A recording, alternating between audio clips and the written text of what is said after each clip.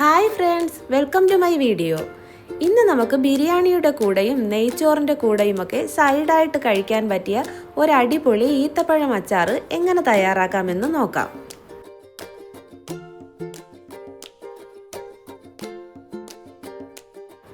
ആദ്യം തന്നെ ഞാനിവിടെ ഒരു പാൻ അടുപ്പത്ത് വെച്ച് കൊടുത്തിട്ടുണ്ട്. ഇനി നമുക്കിതിലേക്ക് കുറച്ച് വെളിച്ചെണ്ണ ചേർത്ത് കൊടുക്കാം. നല്ലെണ്ണ വേണമെങ്കിലും ഉപയോഗിക്കാവുന്നതാണ്. ഞാനിവിടെ വെളിച്ചെണ്ണയാണ് ഉപയോഗിക്കുന്നത്. ഒരു 2 ടേബിൾ സ്പൂൺ വെളിച്ചെണ്ണ ചേർത്ത് കൊടുത്തിട്ടുണ്ട്.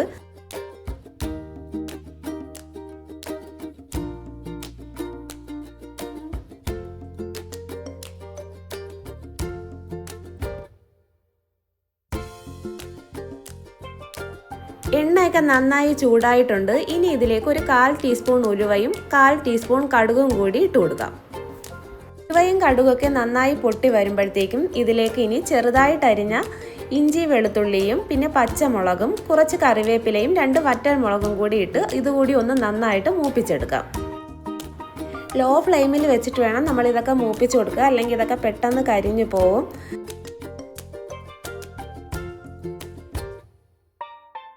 ഇപ്പോൾ ഇഞ്ചി വെളുത്തുള്ളി എല്ലാം ഒരു ഗോൾഡൻ ബ്രൗൺ കളറായി വരുന്നുണ്ട്. ഇനി നമുക്കിതിലേക്ക് ആവശ്യമായിട്ടുള്ള പൊടികൾ കൂടി ചേർത്ത് കൊടുക്കാം.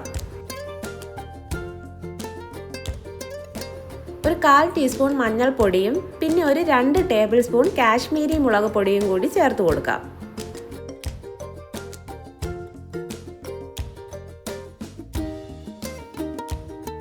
ഇനി ഇതിൻ്റെ കൂടെ തന്നെ ഞാനൊരു 1/2 ടീസ്പൂൺ കായപ്പൊടി കൂടി ചേർക്കുന്നുണ്ട്. ഇനി നമുക്ക് പൊടികളെല്ലാം കൂടി നന്നായിട്ടൊന്ന് മിക്സാക്കി കൊടുക്കാം. ലോ ഫ്ലെയിമിൽ വെച്ചിട്ട് വേണം പൊടികളും നമ്മൾ ഇട്ടിട്ട് മിക്സാക്കി കൊടുക്കാൻ.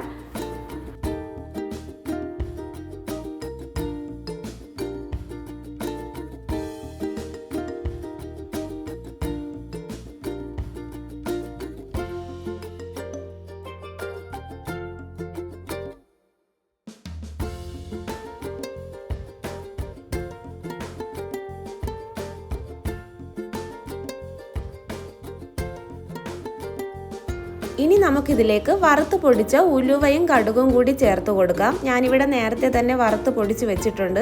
1 ടീസ്പൂൺ ഉലുവയും കടുകും കൂടി വറുത്തതും കൂടി ചേർത്ത് കൊടുക്കുകയാണ്. ഇനി ഇതെല്ലാം കൂടി നന്നായിട്ടൊന്ന് മിക്സാക്കി കൊടുക്കാം.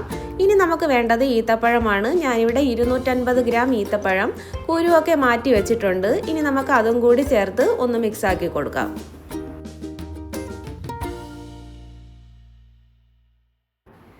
ഈത്തപ്പഴം നിങ്ങളുടെ കയ്യിലുള്ളത് ഹാർഡായിട്ട് ഇരിക്കുന്നതാണെങ്കിൽ ഒരു 15-20 മിനിറ്റ് ഒന്ന് ചെറിയ ചൂടുവെള്ളം ഒഴിച്ച് സോക്ക് ചെയ്ത ശേഷം ചേർത്ത് കൊടുക്കുന്നതായിരിക്കും നല്ലത്.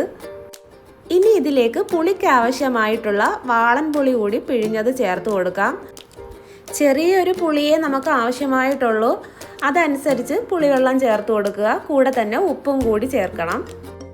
ഇനി ഈത്തപ്പഴമൊക്കെ പുളിവെള്ളത്തിൽ കിടന്ന് നന്നായിട്ടൊന്ന് വെന്ത് വരട്ടെ. നമുക്കൊരു 10 മിനിറ്റ് ലോ ഫ്ലെയിമിലിട്ടൊന്ന് കുക്കാക്കിയെടുക്കാം.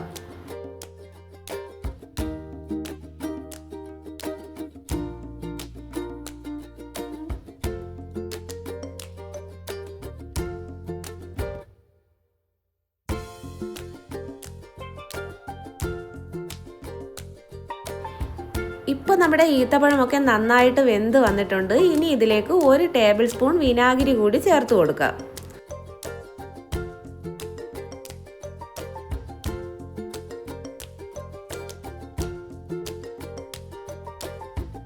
ഇനി നമുക്ക് ഈ മധുരവും ഉപ്പും പുളിയും എല്ലാം ഒന്ന് ബാലൻസ് ആയി കിട്ടാൻ വേണ്ടി കുറച്ച് ശർക്കര കൂടി ചേർത്ത് കൊടുക്കണം. ഞാനിവിടെ ഉരുക്കിയ ശർക്കരയാണ് 1 ടേബിൾ സ്പൂൺ ചേർത്ത് കൊടുക്കുന്നത്. ഇനി പൊടിച്ച ശർക്കരയാണെങ്കിൽ നിങ്ങൾ അത് ചേർത്ത് കൊടുത്താലും മതി. ശർക്കരയും കൂടി ചേർത്ത് നമുക്ക് നന്നായിട്ടൊന്ന് മിക്സാക്കി കൊടുക്കാം. ഇപ്പം നമ്മുടെ അടിപൊളി ടേസ്റ്റി ആയിട്ടുള്ള ഈത്തപ്പഴം അച്ചാറൊക്കെ ഇവിടെ റെഡി ആയിട്ടുണ്ട്.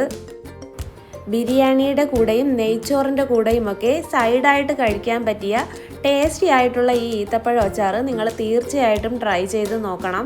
ട്രൈ ചെയ്ത് നോക്കിയിട്ട് ഫീഡ്ബാക്ക് ഉറപ്പായും അറിയിക്കണം. നിങ്ങളെൻ്റെ ചാനൽ ആദ്യമായിട്ടാണ് കാണുന്നതെങ്കിൽ please like, share and subscribe.